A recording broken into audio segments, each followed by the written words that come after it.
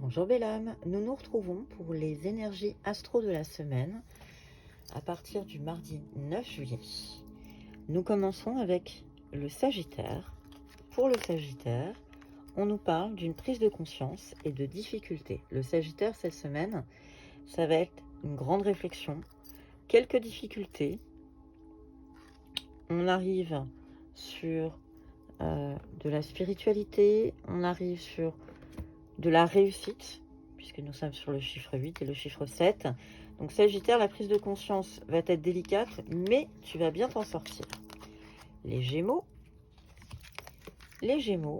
on parle de puissance et de mémoire familiale. On va arriver à une période plutôt de réflexion. On va se concentrer sur le passé, sur nos aïeux, sur tes aïeux. Ça va te donner une espèce de puissance. Tu vas te sentir plus serein. Donc, à travailler sur les mémoires familiales. Le Poisson, on est en spiritualité et en sphère spirituelle. Alors, le Poisson, on est complètement, le 7, etc. On est dans la spiritualité la plus complète. Donc, Poisson, cette semaine, concentration, connexion sur la spiritualité. Pour le Lion, on est en éveil spirituel, encore une fois, et en énergie masculine. Ah, on se concentre un petit peu, le Lion, sur ce côté masculin, donc pourquoi pas ce côté yang, qui est à l'intérieur de toi. On est en éveil spirituel, on part sur la sensibilité, on est sur l'union. L'énergie masculine en chiffre 2, on arrive sur une amitié peut-être, ou une union, pourquoi pas. Toujours est-il qu'on est sur le côté yang de ta personnalité. Pour le Scorpion, on est en festivité et en pouvoir. On est en train de prendre possession de son propre pouvoir intérieur. Ça va t'amener à un état de festivité, à un état plutôt positif dans lequel tu vas te sentir beaucoup mieux. Et alors, je ne dis pas que tu vas aller faire la fête, mais tu vas te sentir déjà beaucoup plus à l'aise. Donc, quand tu prendras ton plein pouvoir, on arrive sur une notion, avec le 8, la notion de réussite. Pour le Cancer, cette semaine, on est en protection et en cycle de vie. Donc, on est le cycle de vie, le 6, quand on retranche le 4 et le 2, on arrive à de l'amour, à un équilibre. La protection, on est sur de la réussite. Donc, cette semaine, le Cancer, tout se passe bien, tu es protégé et tu vas avoir une petite réflexion sur ce qui se passe dans ta vie. La Balance. La Balance, on est dans... Attention, oui, on est dans les liens troubles. L'association, tu comptes faire... Alors, une association, ça peut être une union amoureuse, professionnelle, d'amitié. Quand on parle d'association, on parle de contrat, on parle de travailler avec une autre personne, pas seule. Et on te met quand même en garde sur des liens troubles. Alors, attention aux liens troubles. On t'amène quand même à faire attention aussi à la sensibilité. À mon avis, Balance, tu vas sentir que...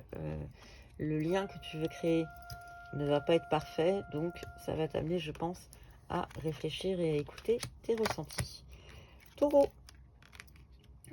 on est en plein rayonnement et on est en création. Le 3, on arrive à l'amour, à l'harmonie pour le chiffre 6. Rayonnement, on est sur le 1. On est au commencement, on est en pleine indépendance, donc le Taureau est en pleine créativité, en pleine réflexion également, mais ça va aboutir sur de jolies étoiles, comme nous amène la carte. Pour le Verseau,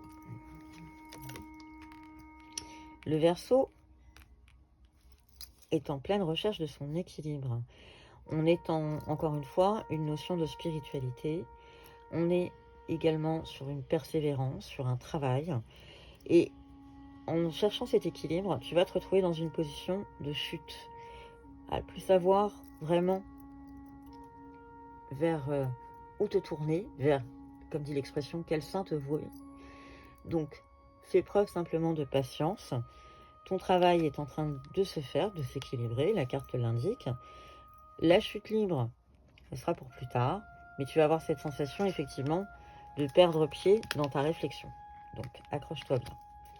Le Capricorne est en pleine transformation et on parle de la notion d'âge.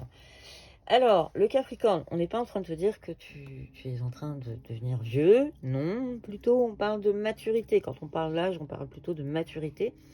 Et pourquoi pas peut-être un échange entre les générations. Pourquoi pas un rapprochement avec tes aînés pour te permettre justement une transformation. Alors, la transformation, ça peut être aussi une rupture de lien, en fait, tout simplement. Le phénix qui renaît de ses cendres, une espèce d'indépendance, donc une rupture peut-être aussi avec des schémas qui te blessent, qui te gênent. Pour la Vierge, on est en changement et en révélation. Alors, la Vierge, elle travaille très activement, elle est en pleine mobilité et elle est curieuse, la Vierge. La Vierge, elle cherche et elle va finir par avoir des révélations. Alors, sur la carte, si on regarde bien, c'est Jeanne d'Arc. Eh bien, oui, elle va avoir des révélations et ça va lui permettre de retrouver une espèce d'indépendance, un commencement dans un cycle. Elle va se sentir pousser des ailes, ce qui est très bien. Et on finit les 12 signes astro avec le Bélier. Et le Bélier pour cette semaine, le Bélier, on en a 2 qui tombent. Le Bélier, on est en chance professionnelle. Alors, soit dit en passant, le Bélier, il a une coccinelle. Donc, je fais un grand signe au Bélier.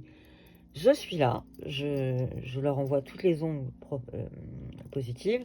On est sur une chance professionnelle, je dirais une chance en général. On parle de timing divin et de lien d'âme. Là, on est sur, encore une fois, une notion très spirituelle. Autour de toi, tu as des personnes avec qui tu as des liens d'âme, donc des personnes, ton âme sœur, etc. Tu as des personnes autour de toi sur lesquelles tu peux t'appuyer. La chance, de toute façon, va arriver à toi dans la semaine. Je te souhaite une excellente journée sur ce tirage plutôt très spirituel pour la semaine. Et je te dis à très bientôt.